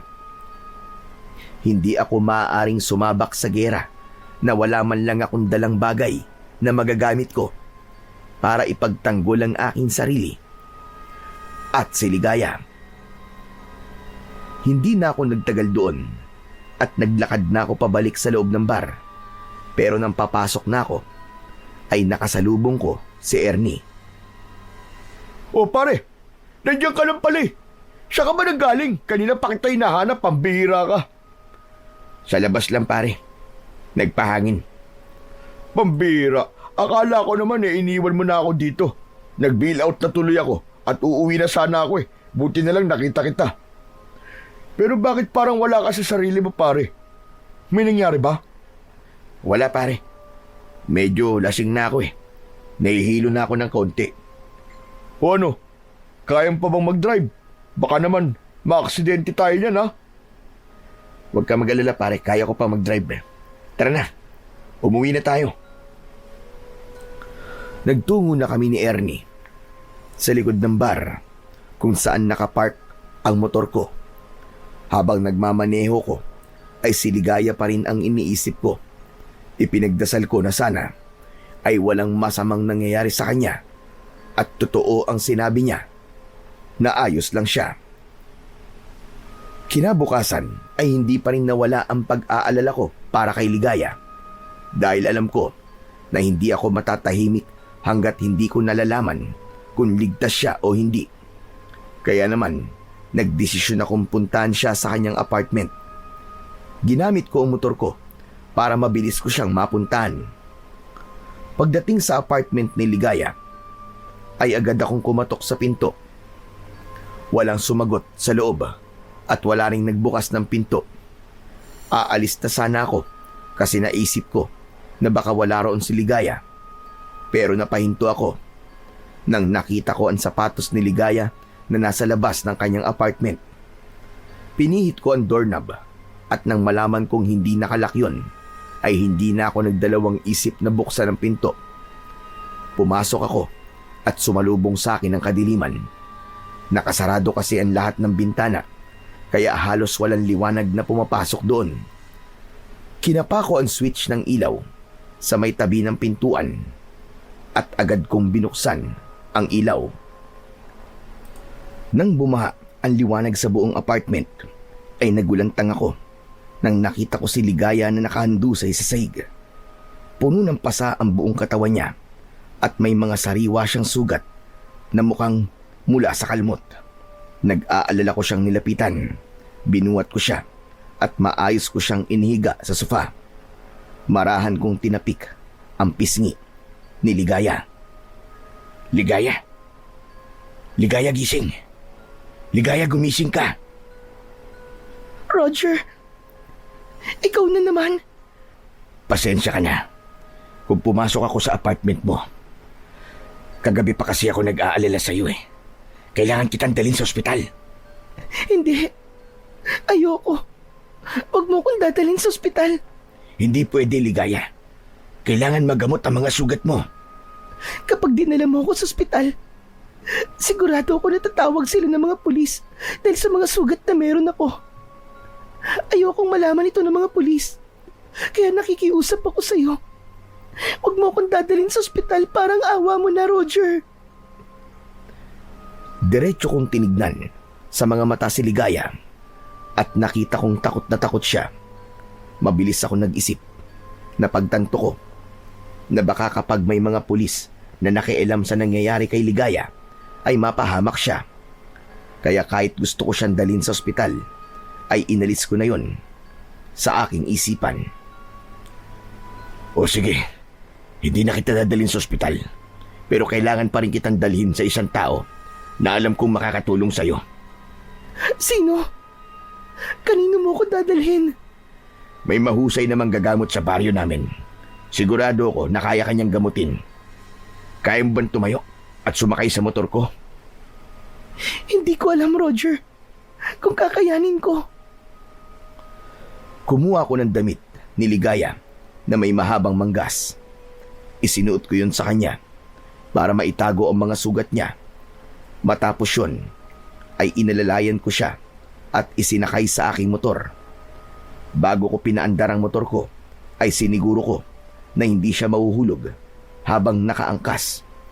Naging maingat din ako sa pagmamaneo at palagi kong kinakausap si Ligaya para hindi siya makatulog o mawalan ng malay.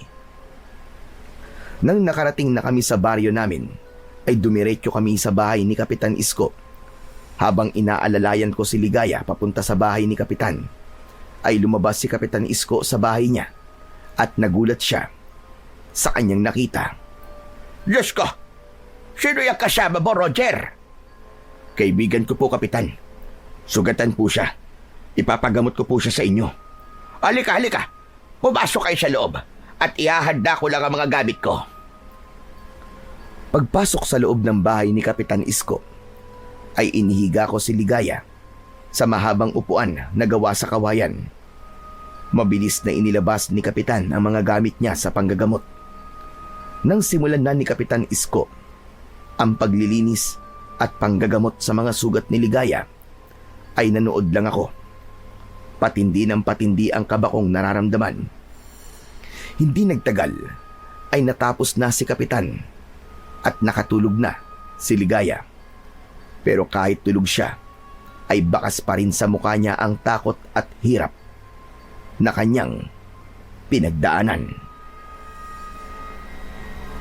Ilang beses ko nang nakita ang mga ganyang sugat, Roger.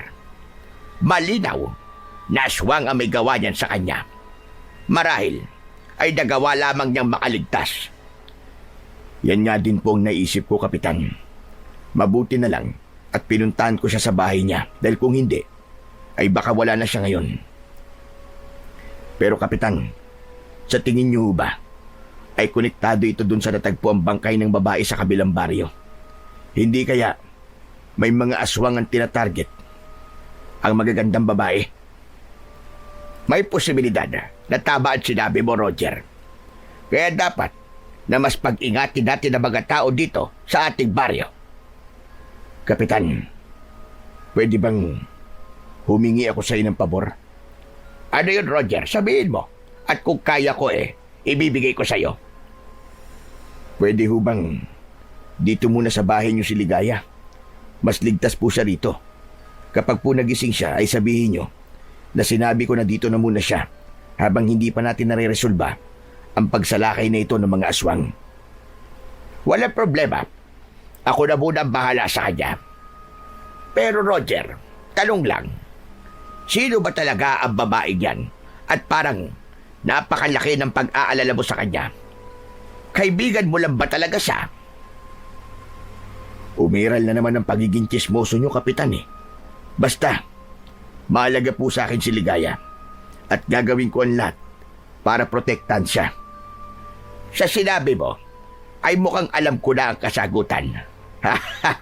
O sige, ako nang bahala sa kanya. Isa pa, mas maganda na nandito siya dahil kailangan pang magamot ang mga sugat niya. Labis akong nagpasalamat kay Kapitan Isko dahil sa tulong na ibinigay niya sa amin ni Ligaya.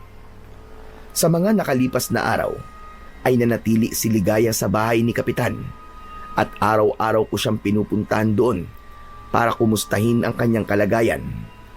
May mga pagkakataon na tinutulungan kami ni Ernie sa paggamot sa mga sugat ni Ligaya.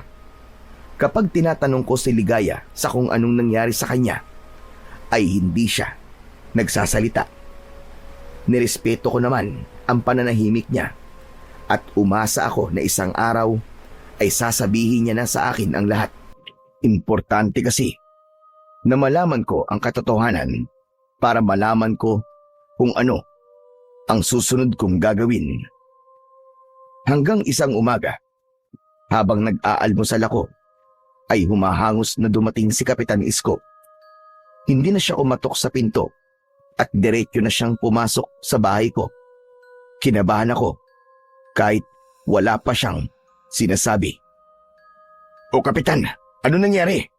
Bakit parang aligaga kayo? Kahit ikaw, Roger, ay magiging aligaga sa sasabihin ko sa'yo. Si Ligaya, wala na siya sa bahay ko. Ano? Paano pong wala na? Sandali, huwag niyo sabihin na. Namatay na siya. Hindi. Pagising ko, ay wala na siya sa bahay ko. Umalis siya nang hindi nagpapaalam sa akin at hindi ko rin alam kung nasa na siya. Pero kagabi, ay para bang nagbibigay na siya sa akin ng senyales na plano talaga niyang umalis. Bakit, Kapitan? Ano ho bang sabi niya kagabi? At sabi niya, ay di pwedeng nasa baryong ito siya dahil paniguradong magaganib ang baryo natin. Susundan daw siya na mga nananakit sa kanya. Tinanong ko kung sino ang nananakit sa kanya. Pero hindi naman niya sinabi sa akin. Aalis lang po ako, Kapitan. Hahanapin ko po si Ligaya. Nagmamadali akong umalis sa bahay gamit ang aking motor. Una akong pumunta sa bar pero wala roon si Ligaya. Sunod ay sa apartment niya pero maging doon ay wala rin siya. Doon na ako unti-unting nawalan ng pag-asa dahil ang 2 lugar lang na yon ang alam kong pwedeng puntahan ni Ligaya. Kaya bigo akong bumalik sa aming baryo. Pagdating ko sa bahay ay naroon si Ernie na mukhang kanina pa naghihintay sa akin. Pare, sinabi na sa akin ni Kapitan na nangyari. Ano, kumusta? Nahanap mo ba si Ligaya? Hindi, pare. Pinuntahan ko siya sa bar at sa apartment niya. Pero wala siya roon. Saan naman kaya siya pumunta? Ewan ko, pare. Pero hindi ako titigil hanggat hindi ko siya nahanap. Sigurado ko na aswang talaga nanakit sa kanya. At kaya umalis siya ay dahil ayaw niyang madamay ang baryo natin sa ginagawa sa kanya ng mga aswang. Kung ganun, pare, ang kailangan mong gawin ay alamin mo kung nasaan ang pinagtataguan ng mga aswang na yun. Ganun na nga, Ernie. May plano na ako. Pero hindi ako sigurado kung magiging epektibo ba yun para malaman ko kung nasan si Ligaya. Hindi lang kasi yun ang kailangan kong gawin. Kailangan ko rin patayin ng mga aswang na nananakit kay Ligaya para matapos na ang paghihirap niya. Grabe, pare. Mukhang mahal mo na nga talaga si Ligaya. Talagang handa ka makipagbakbakan na naman sa mga aswang para lang sa kanya eh. Pero hindi kita masisisi. Ganyan talaga kapag in love. Gagawin mo ang lahat para sa taong mahal mo. Basta pare, tandaan mo ha. Nandito lang ako, pare. Kung kailangan mo ng backup, magsabi ka lang sa akin. Sa totoo lang, pare, hindi ko rin alam kung bakit ako nagkaganito sa isang babae. Pero tama ka. Mahal ko na nga si Ligaya. At wala akong ibang gustong mangyari kundi ang masiguro ko ang kanyang kaligtasan. Kahit matagal na akong nakikipaglaban sa mga aswang, ay hindi pa rin nawala ang kaba ko sa laban na maaari kong kaharapin. Wala kasi akong ideya kung anong klaseng mga aswang ang kailangan kong labanan. Pero nangako pa rin ako sa sarili ko na gagawin ko ang lahat para matapos na ang pinagdadaanang hirap ni Ligaya sa kamay ng mga aswang. Maghapon akong hindi mapakali dahil sa pag-iisip kung nasaan na si Ligaya at kung ano na ang nangyayari sa kanya. Pagsapit ng gabi, matapos kong maghapunan, ay umalis ako ng bahay at dumiretso ako sa bar kung saan nagtatrabaho si Ligaya. Dala ko ang aking 2 balaraw na ginagamit ko kapag nakikipaglaban ako noon sa mga aswang. Wala kasi akong ideya sa maaaring mangyari, kaya naghanda na ako. Hindi na ako pumasok sa mismong bar. Nagpunta ako sa likod ng bar at nagtago ako sa madilim na bahagi roon. Matyaga akong naghintay dahil malakas ang pakiramdam ko na sa gabing yun ay makikita ko si Ligaya. At hindi nga ako nagkamali. Pagsapit ng 12:00 ng hating gabi ay dumating ang van na sinasakyan ng mga lalaking kumuha kay Ligaya. Naghintay pa ako ng ilang sandali at dumating na si Ligaya. Sa galaw niya ay halatang iniinda pa rin niya ang mga sugat niya. Sumakay agad si Ligaya sa van at mabilis yun na umalis. Walang pagdadalawang isip na sumakay ako sa aking motor. Sinundan ko ang van. Hindi na ako papayag na hindi ko malalaman kung saan dinadala ng mga lalaking yun si Ligaya. Hindi ako masyadong lumapit sa van at pinanatili ko ang aking distansya para hindi sila makahalata na may sumusunod sa kanila. Halos 1 oras kong sinundan ang van bago yun pumasok sa isang baku-bakong daan. Ipinarada ko ang aking motor dahil alam ko na kung susunod pa ako sa kanila na sakay nun ay malalaman na nila ang ginagawa ko. Naglakad ako sa kadiliman at napansin ko na puro talahiban ang nasa magkabilaang panig ng daan. Mula sa hindi kalayuan ay natanaw kong huminto na ang van sa harapan ng isang lumang abandonadong gusali. Nagtago ako sa talahiban at mula roon ay nakita kong pumasok si Ligaya at ang mga lalaki sa naturang gusali. "Huwag kang mag-alala, Ligaya. Hindi ako papayag na hindi matatapos ngayong gabi ang paghihirap mo." Hindi nagtagal ay nagsimula na akong kumilos. Inilabas ko na ang aking 2 balaraw na palagi kong ginagamit sa pakikipaglaban sa mga aswang. Tahimik akong naglakad papunta sa abandonadong gusali. Nang makapasok ako roon, ay agad kong naramdaman ang presensya ng mga aswang sa paligid. Amoy na amoy ko ang halimuyak nila. May nakita akong hagdan papunta sa pangalawang palapag. Paakyat na sana ako roon nang may 2 lalaki ang sumalubong sa akin. Sa isang kisap mata ay nag-anyong aswang ang mga yun. Sumugod sila sa akin pero handa ako. Malakas kong sinipa sa tiyan ng isa habang ang isa naman ay sabay kong sinaksak ng mga balaraw sa kanyang mga mata. Umalingaw-ngaw ang sigaw ng aswang. Hinugot ko kagad ang mga balaraw at nilaslas ko ang liig ng aswang hanggang sa mapugutan yun ng ulo. Ang isang aswang naman ay nakipagtitigan sa akin na parabang tinatansya niya kung kaya ba niya ako. "O ano? Bakit di ka sumugod? Natatakot ka ba, Bangaw? Nasaan na si Ligaya? Sabihin mo!" Imbis na sagutin ako, ay muling sumugod ang aswang. Sinunggaban niya ako, pero mabilis akong umiwas. Nawalan siya ng balanse at nagpagulong-gulong siya sa may hagdan. Nang bumagsak siya sa ibaba, ay balina ang leg niya at wala ng buhay. Tuluyan na akong umakyat sa ikalawang palapag, pero sinalubong ako roon ng mas marami pang mga aswang. Tumalon kagad ang isang aswang papunta sa akin. Umikot ako pakaliwa at sinaksak ko siya sa tagiliran, sabay sipa ng malakas sa kanyang muka. Dalawang aswang naman ang sabay na sumugod sa akin. Ang isa ay tumalon, habang ang isa naman ay gumapang ng mabilis sa saig. Umatras ako ng kaunti para makabuelo at para makakuha ng tamang pwesto. Sinipa ko sa muka ang gumagapang na aswang, habang ang isa ay sinalubong ko ng saksak sa leeg at sa sentido. Biglang may humila sa likod ko at malakas kong ibinalibag sa saig. Matapos yun ay kinalmot ako ng aswang na tumama sa aking braso.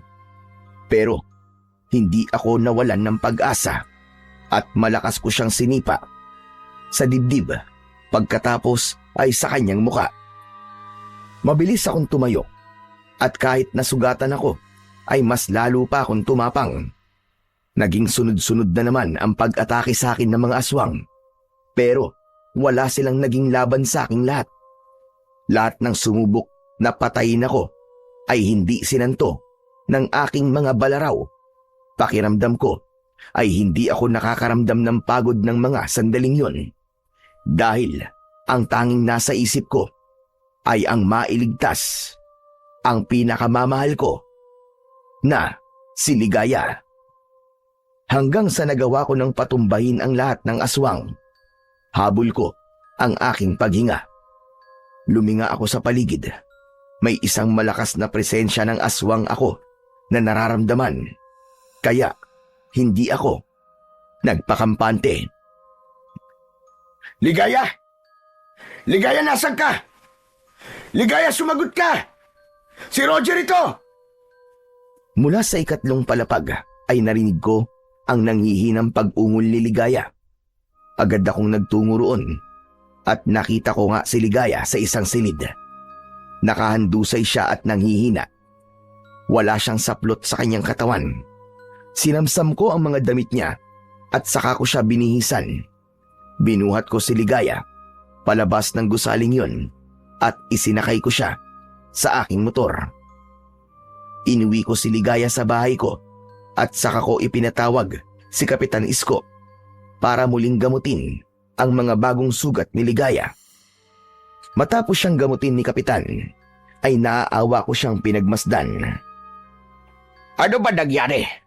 Bakit sugatan na naman si Ligaya? Tama po ang hinala natin, Kapitan. Mga aswang nga ang may gawa niyan sa kanya. Ang hindi ko lang alam ay kung bakit kahit ilang beses na siya sumasama sa mga aswang na yun, ay hindi pa rin siya pinapatay. Sigurado na rin ako na ang grupo ng mga aswang na yun ang pumatay doon sa babaeng natagpuan sa kabilang baryo. Kung ganun, ay nakipaglaban ka sa mga aswang. Tama ba ako, Roger? Ganun na nga po, Kapitan. Marami po akong napatay sa grupo nila. Pero ramdam ko na may isa pang natitira. At yun ay ang kanilang pinuno.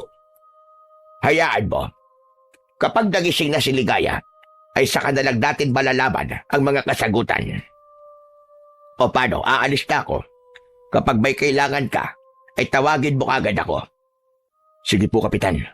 Maraming salamat po. Nang nakaalis na si Kapitan Isko, ay inilipat ko si Ligaya sa papag para mas maging komportable ang kanyang pagpapahinga. Habang ako naman ay magdamag siyang binantayan hanggang sa hindi ko na kinaya ang sobrang antok at nakatulog na ako sa sahig. Nang magising ako kinabukasan, ay tulog pa rin si Ligaya. Umupo ako sa gilid ng kama at pinagmasdan ko ang maganda niyang muka. Nakahinga ako ng maluwag. Nang sa wakas, ay nagising na rin si Ligaya. Gulat na gulat siya nang nakita niya ako. Roger, ikaw na naman. Nasaan ako? Ligaya, nandito ka sa bahay ko. Huwag kang mag-alala. Ligtas ka na. Pinatay ko na ang mga aswang na kumukuha sa'yo. Hindi. Imposible yun. Paano mo silang nagawang patayin? Ligaya, isa akong manunugis na mga aswang sa baryong ito. May kaalaman ako pagdating sa pakikipaglaban sa mga aswang. Sinundan kita doon sa lumang gusali at doon ko nakaharap ang mga aswang. Pero sigurado ko na buhay pa ang kanilang pinuno. Si Sandro. Buhay pa si Sandro. Diyos ko. Roger, kailangan ko nang umalis dito. Sigurado ako na sa ngayon ay galit na siya. Dahil sa ginawa mo. Ayoko madamay ka pa rito. Maging ang baryo na to. Roger, hindi mo alam kung gaano kalupit si Sandro. Wala siyang awa. Huminahon ka, Ligaya. Damay na talaga ako rito. Kaya wala nang silbi kung aalis ka. Pero tulad ng sinabi ko, hindi lang ikaw ang madadamay, pati na ang baryo nyo. Maghihiganti siya sa inyo, Roger. Hindi ka na kasi dapat nakailam pa. Hindi ako pwedeng hindi makialam. Dahil mahal kita, Ligaya. Parehas kaming natigilan ni Ligaya sa hindi inaasahang pag-amin na ginawa ko. Maging ako ay nagulat dahil kusang lumabas sa bibig ko ang mga salitang yon. Doon ko naisip na wala na akong magagawa kundi ang panindigan ang aking sinabi. Alam kong wala kang tiwala sa mga lalaki. Pero mahal kita, Ligaya. Yun ang totoo. Ginawa ko lahat ng ito dahil sa pagmamahal ko sa'yo. Kaya nakikiusap ako sa'yo. Nasabihin mo sa akin kung ano ba talaga ang nangyayari sa'yo. Matagal na nakatingin si Ligaya sa akin na para bang nag-iisip siya kung dapat ba niyang sabihin sa akin ang lahat. Hanggang sa nagsalita na siya. Ang grupo ni Sandro ay isang sindikato ng mga aswang. Kumukuha sila ng mga babaeng kagaya ko para ibenta sa mga aswang na gustong magparami ng kanilang lahi. Pinagsasamantalahan nila kami ng paulit-ulit hanggang sa makabuo na sila. At kapag nakabuo na sila at nanganak na kami, ay doon nila kami papatayin. May ilang aswang na kapag nainip na sa tagal na hindi sila nakakabuo, ay pinapatay din nila ang biktima nila. Wala akong magawa, Roger. Dahil palagi nila akong tinatakot na kapag hindi ako sumunod sa kanila, ay papatayin nila ako. Kung ganun, ikaw ang napili ni Sandro na magdadala ng kanyang lahi, ganun ba? Tama ka, Roger. Akala ko nung una ay normal na customer lang siya. Nagulat pa nga ako kasi napakalaki ng binayad niya sa akin nung una. Hanggang sa nalaman ko na kung ano talaga siya. Napakahayop niya. Demonyo siya. Maraming beses niya na akong pinagsamantalahan. Marumi na nga akong babae, pero mas lalo pa niya akong dinumihan. At kagabi, balak niya na akong patayin kasi naiinip na siya at hindi pa rin ako nakakabuo. Maraming salamat dahil dumating ka. Salamat sa pagliligtas mo sa akin, Roger. Pero natatakot ako. Sigurado ako na idadamay ka niya at ang baryo niyo. Ayoko nga ako maging dahilan para magkaroon ng kaguluhan dito sa lugar niyo. Huwag kang mag-alala, Ligaya. Dahil hindi ako papayag na magtagumpay si Sandro sa gusto niyang gawin sa'yo. Poprotektahan kita at ang baryo namin laban sa kanya. Natatakot ako, Roger. Nang tuluyan ng umiyak si Ligaya, ay mahigpit ko siyang niyakap. Gumanti siya ng yakap sa akin at naramdaman ko ang labis na panginginig ng kanyang katawan. Hindi na ako nagsalita pa. Alam ko na walang salita ang makakapagpakalma kay Ligaya dahil mas kailangan niya ng sandaling yon ng kahit isang tao na ipararamdam sa kanya na meron siyang kakampi. Nang mga sumunod na araw, ay nanatili si Ligaya sa bahay ko. Tanging sina Ernie at Kapitan Isko lamang ang pinagsabihan ko sa bagay na yon. Ngunit mas lalong pinag-ingat ni Kapitan Isko ang mga tao sa maaaring pagsalakay ng mga aswang. Hanggang isang gabi, nagulantang ang lahat nang marinig namin ang takot na pagsigaw ng mga tao. Sumilip ako sa bintana at doon ko nakita ang isang matangkad na aswang na nakatayo sa harapan ng aking bahay. Ligaya, sa tingin ko, nandito na si Sandro. Anong gagawin natin, Roger? Wala tayong laban sa kanya. Huwag ka mag-alala. Akong bahala sa kanya. Hindi ako papayag na makukuha kanyang muli. Lumabas ako, nadala ang aking 2 balaraw. Huminto ako ng ilang dipaan layo kay Sandro. Nakakatakot ang kanyang itsura. Nanlilisik ang mga mata niya at nagngangalit ang kanyang mga ngipin. Alam kong ikaw ang kumuha kay Ligaya. Ilabas mo siya. Kailangan niyang mamatay dahil wala sa silbi. Kung ako sa'yo, ay umalis ka na. Dahil hindi ko ahayaan na makuha mo si Ligaya. Sino ka ba? Para sabihin sa akin kung anong dapat kong gawin. Kung gusto pa mabuhay, ay ibigay mo na sa akin ang babaeng yan. Sino ako? Gusto mo ba talagang malaman kung sino ako? Ako lang naman ang umubo sa mga alagad mong aswang. At ako rin ang tagapagtanggol ng baryong ito mula sa mga kagaya mo na halang ang kaluluwa. Hindi ako natatakot kahit sino ka pa.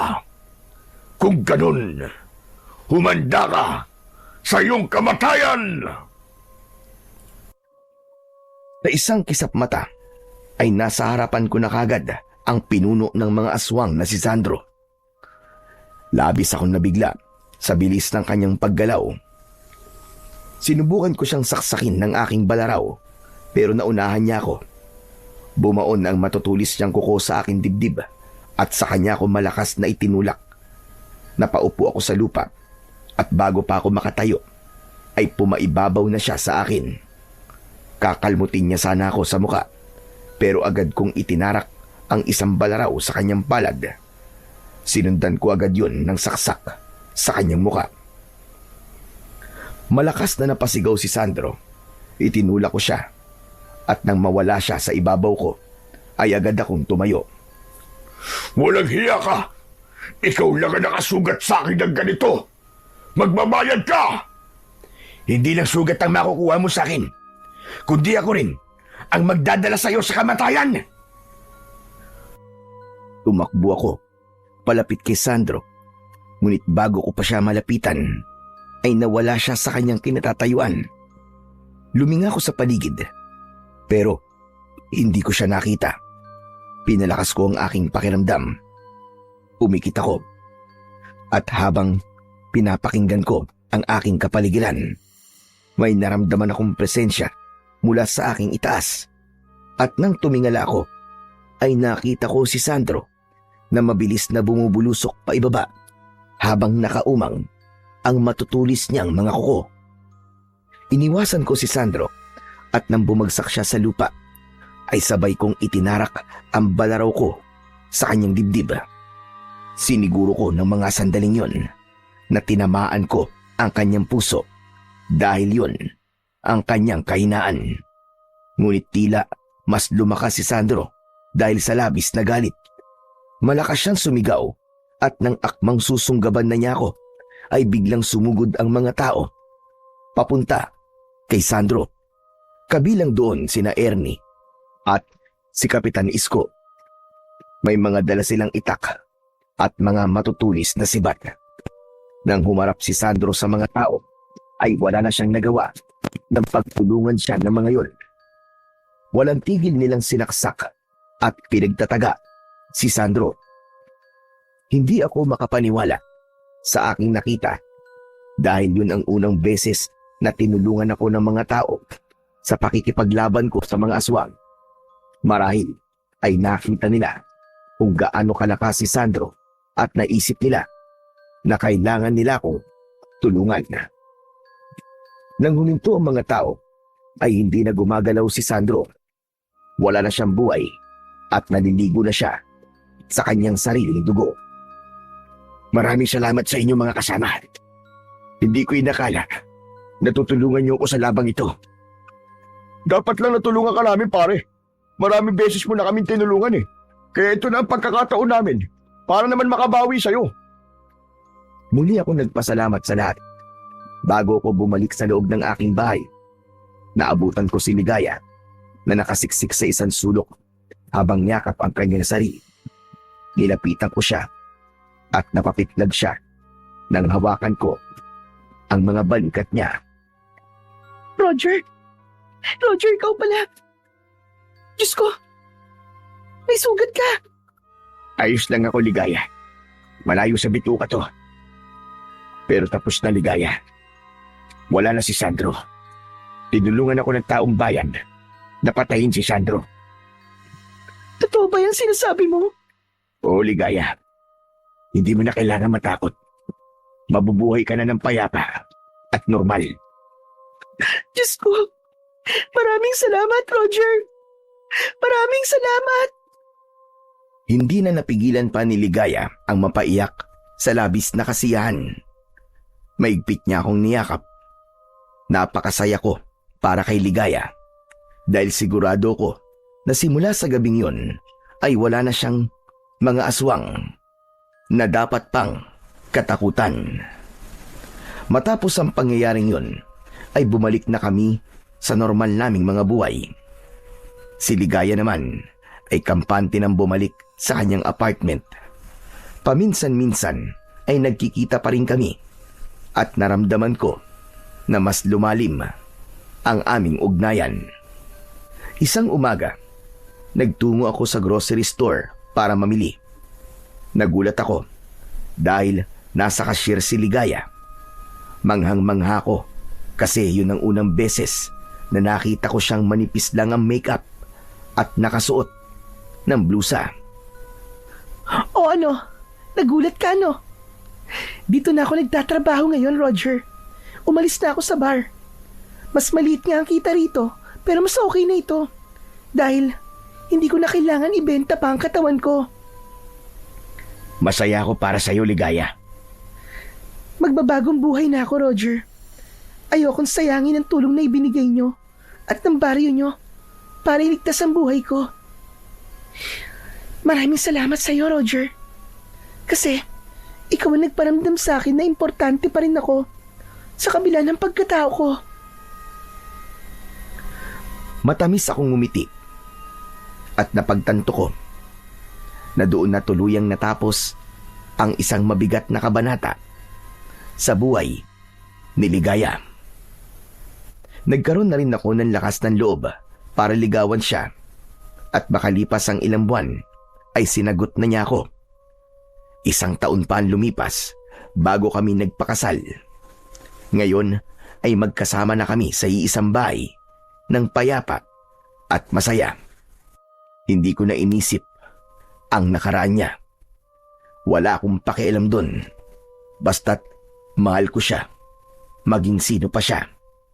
At ang mahalaga ay ang hinaharap na bubuin naming dalawa na malayo sa dilim na minsan nang bumalot sa aming buhay. At nangako ko sa aking sarili at sa Panginoong Diyos na habang ako ay nabubuhay, ay patuloy kong poprotektahan at mamahalin ang aking pinakamamahal na si Ligaya.